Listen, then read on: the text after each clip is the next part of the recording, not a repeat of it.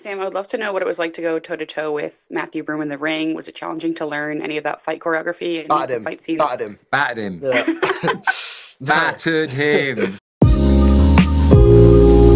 Hi, Jason. Hi, Sam. Nice Hi. to meet you. Nice to I'm meet you. Kadija, and this is Olivia, and we host a podcast called Dial M for Movies. Thank you for taking the time to talk to us today. Of course. course. Pleasure. So, Sorry My to Fault interrupt London, this, it's yeah. such a fun movie. You guys play the antagonists, but I feel like the villains usually get a bad rep. Sometimes they deserve it, but as an actor, it must be a lot of fun to play those characters. So, what was it like stepping into the shoes of a bad guy, especially in a romantic drama where the focus is usually on the love and the emotions? Yeah, really. I mean, fun. Playing a bad guy is always really fun, and it's a chance to maybe get into the mindset of someone that you would never normally, think like and do and act like. So that's always a real fun experiment. What Sam said earlier, which is really true, and I never thought of it that way, is when you're playing one of these characters in a script that's filmed, you get to do what you, as a human being, you might want to do. Smash a Even car just, up, or but even yeah. just hit someone in the face really hard. Yeah. Like you said, Sam, the law stops you doing that. Yeah. But in a film, you can do it, and it's kind of cathartic. You kind of get it out your system. Yeah. It makes me a nicer person being evil on set. Then I can go home and Be nice. be nice. Amazing. A follow-up to that is, do you guys have any moments on set where you found yourself rooting for your characters or maybe even feeling sympathy for them? For You said, Sam, it's like in order to play a baddie, you have to you can't just play him as a bad person. You've got to understand and maybe feel sorry for or understand empathize why with. empathize. Yeah, absolutely. Like, not bad characters, villains don't think, and in real life, people don't think they're a villain. Do you know what I mean? So it's about understanding their motivations and why they're doing the things they're doing, as opposed to just slapping a label on them that they're bad. So yeah, absolutely. Good people do bad things. It's true. That is true. Deep, man. So aside from your villainous characters, let's talk about another big aspect of this film, romance, with Valentine's Day just around the corner. I'm curious, what are some of your favorite rom-coms or just movies with romance that you really love? Oh, I said Notting Hill. Notting Hill's a love, great one. Love Actually, I'm a proper sucker for. Actually, Yeah, I love Love Actually. Emma Thompson crying when Alan Rickman gives her the Oh yeah, necklace. yeah. Such that always gets me. Yeah. Any for you? I mean, romantic. I mean, even going back to this wonderful life. Yeah. Any of those classic, even those terribly sad Olivier movies, and I mean rom-coms. You go, if you're a fella, and me of my age, of a certain age, like, oh, I'm not interested. No, bruv, I'm not interested in that. And then you sit there in floods of tears. It's like therapy. It's brilliant. Yeah. Love it. And I Love to think hear what's that. really important for this film is that relationship. The core of all great romantic comedies or any romance is the fact that has to work, and the two, you have to believe those two star-studded lovers, Star-crossed lovers. star-crossed lovers are going to end up together, and I think you definitely get that in this. Yeah. You absolutely do.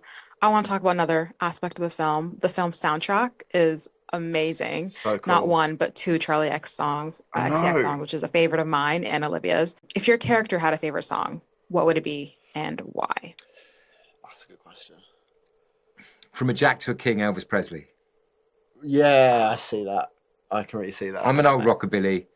Elvis was my hero, and the Jack to a King is about moving forward and trying to pursue your dreams and succeeding. I like Yeah. that. I find that Ronnie would love kind of that real grime, especially like British kind of grime.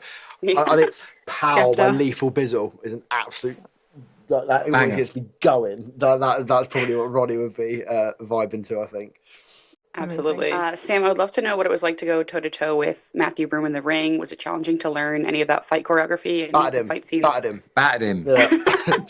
Battered him. No, yeah, it was great. Like we both we trained together for it it was about 2 months in the end, doing kind of fight choreography rehearsals, but then also having actual boxing sessions with the stunties who were amazing. also in the, we're in the gym a few times a week. It was really quite physically demanding, but Yeah. we both, we're both into our fitness and sports anyway, so we're both chuffed to throw ourselves in.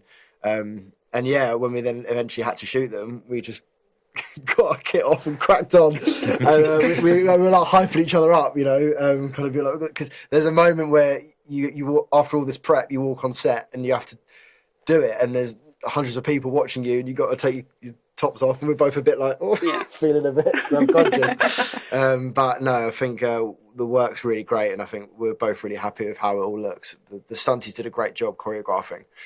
Yeah, It was a great scene, yeah. And finally, since our podcast is called Dial M for Movies, we have a fun segment we'd like to call Movie Speed Dial.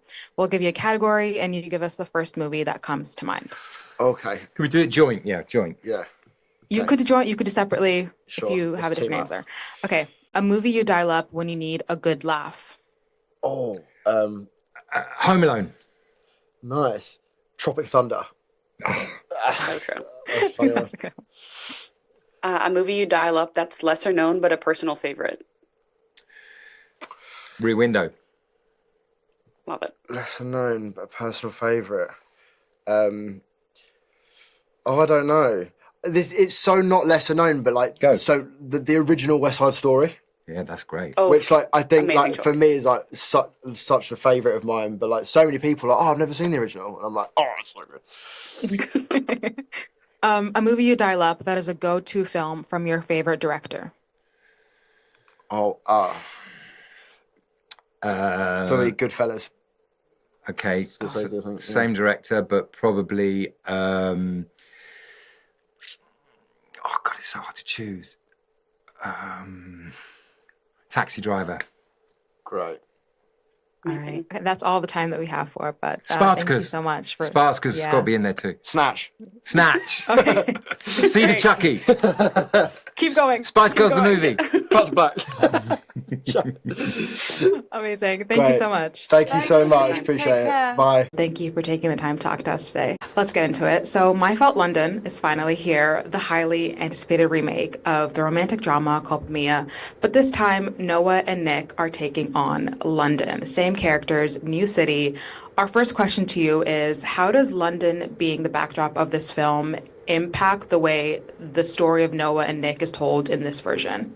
Yeah, I think that's a great question. I think for us, it definitely impacts it. I think to have a city like London with so much culture and is such an amazing set for the high adrenaline that ensues in the film, I think offers, we wanted it to feel like it was a character in the film, London, and I think additionally, the dynamic of Noah being an American who's moved to London and having that cultural difference and exploring these new worlds, I think you really then feel that backdrop.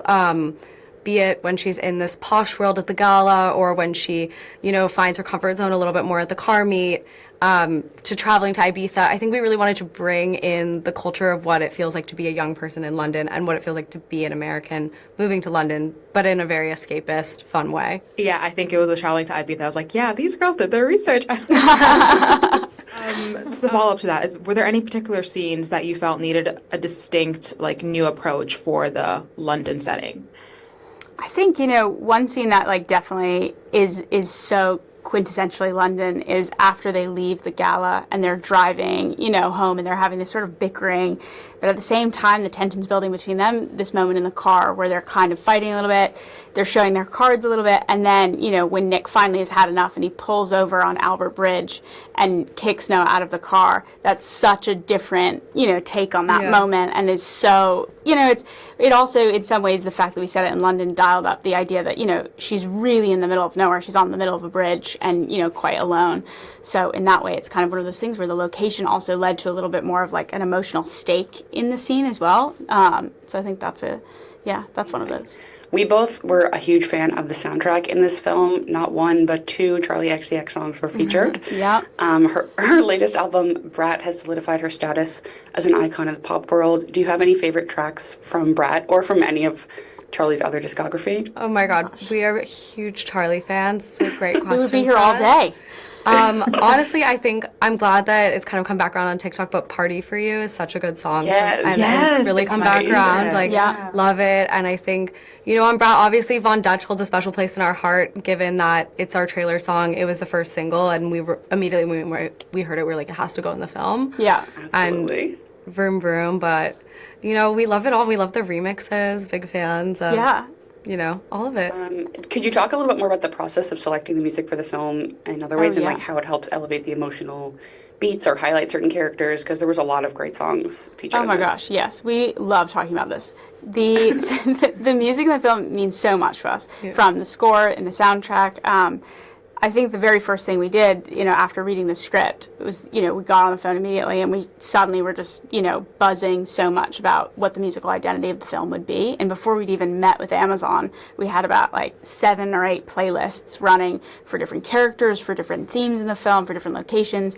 And so many of those songs ended up in the film as well. And so I think, another favorite is the Britney Spears Needle Drop when Jenna and Noah walk into the fight. And, that's something that we played on repeat on the day. And then, it's one of those, we talk about wish fulfillment. It's one of those dreamy moments as a director where you're like, oh my God, can you imagine if we got Britney? And then, we have an amazing team, especially behind the music side of the film. And, to get Britney was pretty wild. And then, of course, crafting this score that, I think, really, to your point, emotionally elevates these moments and like really has this like bassy undertone in certain intimacy moments, but then also is able to escalate into this high octane rhythmic chase and the race as well. Yeah. Yeah. We're gonna need those playlists to You drop bet. somewhere. We can make that happen.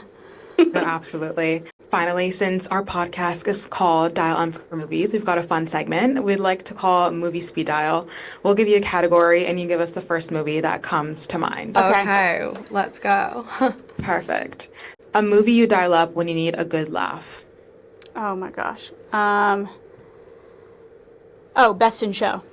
Done. Oh, so good. Ooh. Good one. A movie you dial up that's a lesser known but a personal favorite. It's not really lesser known, but like I love Drop Dead Gorgeous, and I feel would say like so. I feel like it doesn't always get its flowers. Yeah, that's a good one. Agreed. What about you? Oh, me? Yeah. You both can answer this. Oh. You're both- Oh, okay. I thought we were. Well, I thought we were doing a ping pong Yeah. and wanted to get through all the M's. Lesser known, but a favorite. I mean, I would say, I don't know. I kind of want to stick with yours. Yeah. Let's stick with hers, and then I'll go for the next one. Okay, cool. A movie you dial up that is a go-to from your favorite director. Oh. I mean, what's wild? Thelma and Louise. Amazing. That's a pretty good one. And then a movie you dial up with a score or soundtrack that you could listen to on repeat. Honestly, rewatched The Challengers, and that score is so good. Oh, Yeah. We love that. yeah. I was going to say that. Parent Trap for its soundtrack. Yeah. Oh my God, Amazing yes. choice. Nat We King love- Cole. love. Incredible. So good. A movie you dial up that was released in the last year or two. Oh. Bodies, Bodies, Bodies. Another banger. Yeah. Yes. Yeah. And then a movie you dial up when you need some inspiration. It's a good one. I mean, all of the ones we just said, for sure. Honestly, 10 Things I Hate About You. Yeah. So good. For the chemistry and the dynamics, yeah. Okay. Amazing. And because Valentine's is around the corner, a movie you dial up when you're feeling romantic. Notting Hill. Yeah, that's a good one. Yeah, Notting Hill. Yeah. And it's British. Yeah. And it's an American girl in We could London. not have gone out Yeah. on a better answer. All right. Thank you so much, Charlotte and Danny. I think that's our time. It was lovely speaking to you today. Yeah, it was so fun talking to you both. I can't wait to listen to your podcast. Yeah, me too. Oh, Thanks so much. Thank you.